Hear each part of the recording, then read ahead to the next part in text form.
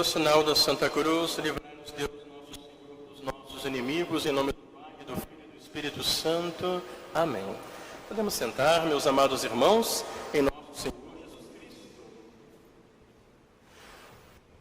Hoje estamos todos alegres porque se aproxima a salvação, se aproxima a celebração do grande mistério da Páscoa, um mistério da nossa libertação da escravidão do pecado e, portanto, o mistério da nossa redenção. Por isso, quando o Padre subiu ao altar, ele logo disse aquela palavra, Letare Jerusalem, alegra-te Jerusalém, alegra-te Igreja. A Jerusalém, a cidade santa do Antigo Testamento, ela é a imagem da Santa Igreja. Toda a igreja se alegra. Estamos na metade da quaresma, estamos prosseguindo, perseverando. Chegará a Semana Santa, iremos celebrar a vitória de Jesus, a nossa redenção. Nós ouvimos o Evangelho de hoje, que nos mostra o povo que seguia Jesus, e o povo tinha fome.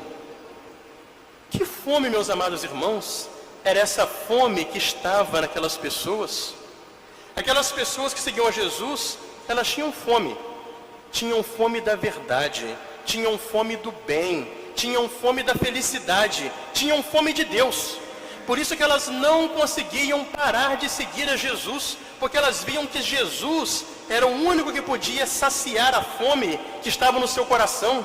Só Ele tinha palavras de vida eterna, era Ele que acolhia os pecadores, que curava os doentes. Então aquela multidão, ela não deixava de segui-lo. Como vocês ouviram no Evangelho, havia 5.000 homens, sem contar mulheres e crianças, ou seja, havia mais de 10.000 pessoas naquele dia seguindo Jesus. E eles estavam tão empenhados, tão interessados, tão fascinados por essa pessoa de Jesus Cristo, pela sua pregação, pela sua bondade de Salvador, que elas tinham até se esquecido de si mesmas. Elas estavam com fome já, estavam há muito tempo atrás de Jesus. E Jesus, que é bom, ao perceber isso, se preocupou até mesmo com a fome física deles e realizou este portentoso milagre que nós ouvimos agora. Com 5 pães e 2 peixinhos, ele alimentou uma multidão de muito mais de 5.000 pessoas. Meus amados irmãos, todos nós queremos ser felizes. Qual é a grande fome que angustia nossas vidas nesse mundo? Qual é a grande fome que angustia tantas pessoas na sociedade? É a fome de felicidade. Só que o problema é que as pessoas procuram a felicidade onde ela não está. Procuram ser felizes com dinheiro, procuram ser felizes com prazeres passageiros, procuram ser felizes com mera vaidade e aparência. E por isso, quanto mais procuram, mais fome elas sentem. Elas não conseguem se saciar, porque as coisas do mundo elas passam. Como muito elas podem trazer para você uma satisfação passageira, rápida, e você sentiu aquele prazer, aquilo passou, e você fica de novo de mãos vazias, você fica de novo buscando ser feliz outra vez. Por isso, meus amados irmãos, é só nosso Senhor, é Ele quem pode saciar essa fome que nós temos de ser felizes, porque Ele é a verdadeira felicidade. Na leitura de hoje, São Paulo nos recorda uma passagem da história do patriarca Abraão para tirar uma comparação para a nossa vida. Vocês sabem que Abraão foi aquele homem que Deus escolheu, era um homem justo, para dele nascer um grande povo, que seria o povo judeu, que guardaria a fé no Deus verdadeiro. E Deus prometeu a Abraão que ele teria um filho. Só que Abraão já era idoso e a esposa dele, Sara, era estéril. Mas Abraão acreditou em Deus. E Deus provou a fé de Abraão durante 30 anos. Do dia que Deus prometeu para Abraão que ele seria pai, até o dia que nasceu o filho de Abraão, Isaque, Deus ficou 30 anos testando se Abraão ia perseverar na fé em Deus. Olha como Deus é. Deus quer ver a nossa perseverança. Mas aconteceu naquele meio de caminho que Abraão teve um filho com a escrava, Agar, e o filho foi o Ismael. E quando depois Deus realizou a promessa, e a esposa de Abraão, Sara, teve o patriarca Isaque, o Ismael começou a perseguir o Isaac. Então Deus falou a Abraão: dispensa a escrava e o filho dela, porque o filho da escrava não terá herança com o filho da promessa. São Paulo faz uma comparação para a gente. Agar, a escrava que gerou o Ismael, simboliza a Jerusalém da terra, ou seja, esse mundo. E são escravos aqueles que nascem para as coisas do mundo. Mas aqueles que nascem para Deus são filhos da Jerusalém do alto. O que é Jerusalém do alto? É o céu, é a vida eterna, onde mora Deus, o nosso Pai, Maria, a nossa mãe. Então nós, meus amados irmãos, que através da liberdade para a qual Cristo nos libertou, nascemos pela graça para o céu, nós somos livres. Nós não somos destinados a ser escravos do mundo, do mal, do pecado, mas viver essa liberdade que Cristo conquistou para nós. E como Cristo conquistou essa liberdade para nós? Conquistou no grande mistério da redenção, que vamos celebrar nessa Páscoa, que está chegando agora. É agora na Páscoa que vamos celebrar aquele grande momento em que Cristo ofereceu ao Pai Eterno o sacrifício da sua própria vida. Ele morreu por nossos pecados, ele sofreu, ele morreu, depois ele venceu a morte e ressuscitou. Pois é, meus amados irmãos, foi assim, nesse mistério, que Jesus nos reconciliou com o Pai Eterno, perdoou os nossos pecados, nos libertou da escravidão do mundo e do pecado, abriu para nós as portas do céu e, portanto, saciou a nossa fome de felicidade, porque nos fez agora filhos e filhas de Deus, herdeiros de uma felicidade que não é passageira, não é provisória, não é por algum tempo, é uma felicidade que nunca vai acabar, uma felicidade que vai estender-se para sempre, uma felicidade, portanto, que vai nos saciar plenamente, perfeitamente. Por isso, nos fez livres e felizes de verdade. Então esse grande mistério, meus amados irmãos, é o mistério da salvação.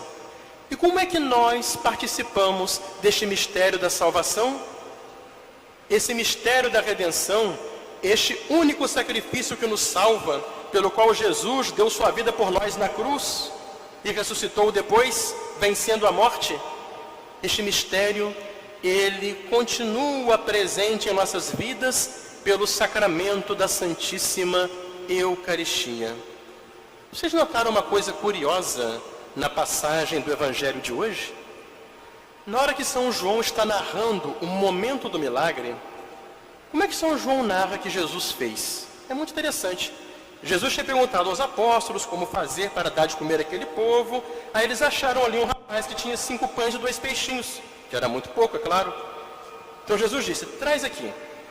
Então Jesus pegou os pães, deu graças, abençoou os pães e distribuiu.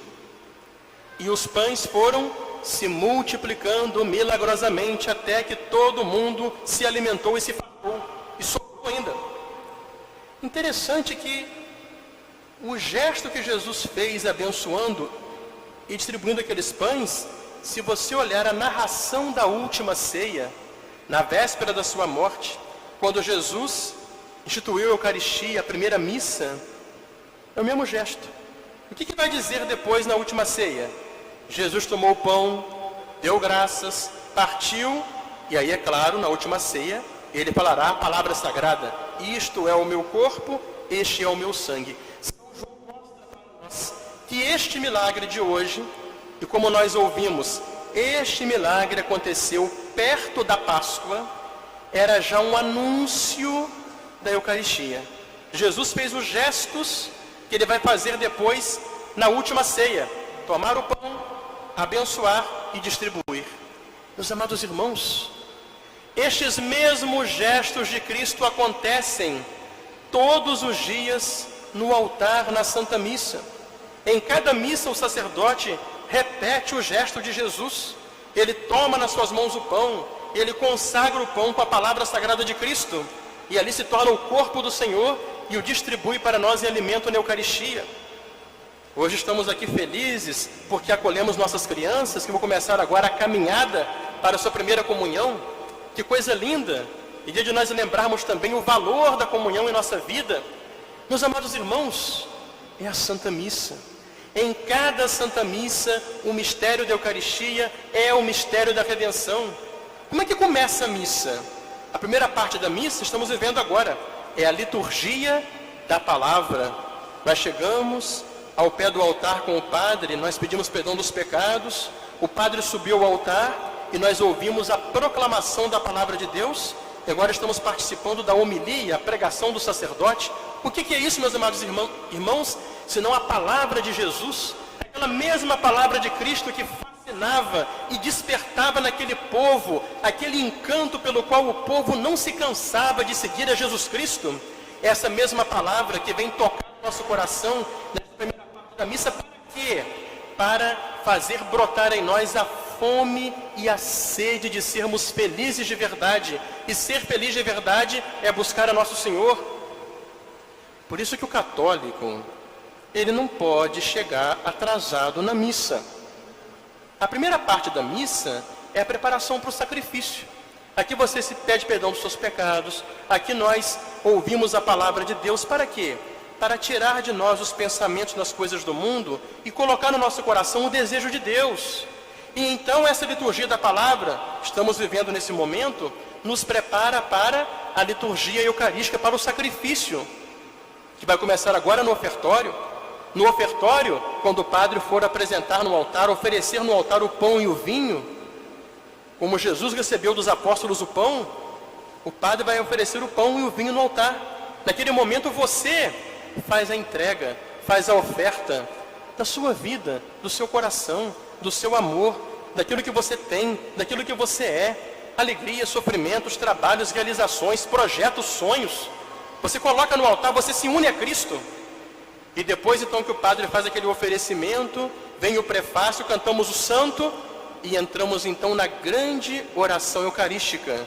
E no nosso rito, o padre em voz baixa diz as palavras sagradas com as quais ele consagra o pão e o vinho no corpo e sangue do Senhor. E naquele momento, de modo misterioso, sacramental, um único sacrifício da cruz se faz presente em nosso altar para a nossa salvação.